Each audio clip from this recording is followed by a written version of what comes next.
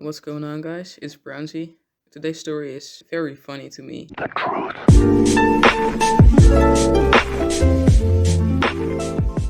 So, I believe a year or two ago, I was a little bit of a prankster, your boy Brownsy was a prankster.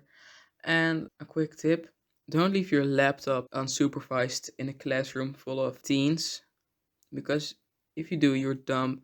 And I'm gonna explain why. And at the end of the last lesson, there was this laptop open on the table. And because it was lonely there, people were like, dude, we should look something funny up. And I was like, all right. So I run up to the laptop, type in a certain website. Um, it begins with P and it ends with B.com. You guys probably know what it is. And at that certain website, I look up something similar to anime. You guys know what I'm talking about. It's called Hentai. So I pressed the volume down because I didn't want the teacher to notice if she comes in. Because keep in mind, guys, the teacher was away too. I pressed the volume down and walk away and just get back on my phone. A few minutes go by, and just before the bell rang, this guy comes back in and looks at his computer and said, "What?" And he just shuts it. So I was kind of giggling at the time, and the bell rang. So walk immediately. I just walk away immediately. Actually, I was running, but everyone was running. Um, that's by the way a very important thing. Everyone was running out of class, not because we did something, but just because we wanted to go home. Anyways, I ran out of class with the rest of my classmates and start running down the hallway to the stairs. And as I'm at the beginning of the cafeteria, all the way down the stairs, the teacher was already standing. I was like, uh, is there something? It's like, um, Brownsy, can you talk to me a second? I was like, well, actually, I have to go home. She's like, can you talk to me? I was like, no, I want to go home. The school day was basically over. So I was like, I believe I have the right to go home now because otherwise you would hold me. I don't know. You, I could say you're kidnapping me or just locking up in the school. So eventually we did something like a dance. I was trying to get around her, and eventually I managed to get under her arm and started walking away. She was all right. You're not allowed in my class. And I was fine because what did I do?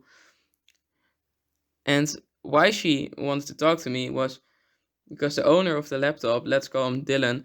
Dylan said, "Yeah, it was probably Brownsy and some other kid." And when I heard it, I was like, "Dude, why? Why would you think it was me immediately?"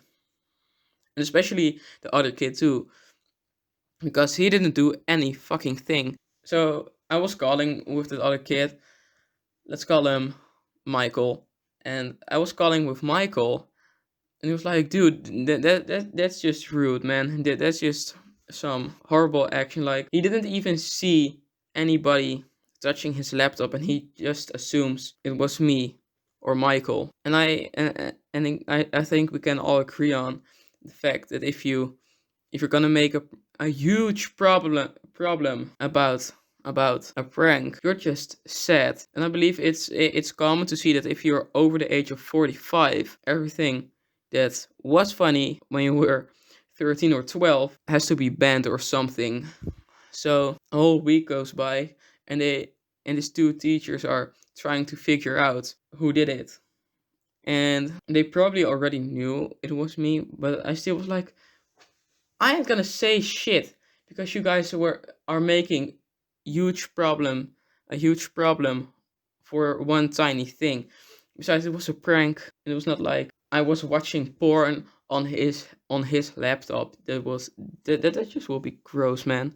That will be gross. Eventually, I told one of them, and I really didn't get punished or something.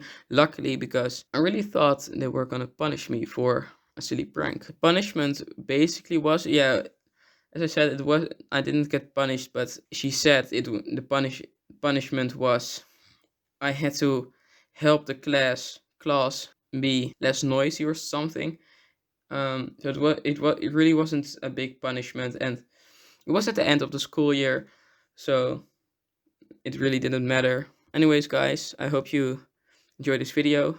If you did, leave a like, and I'll see you next time.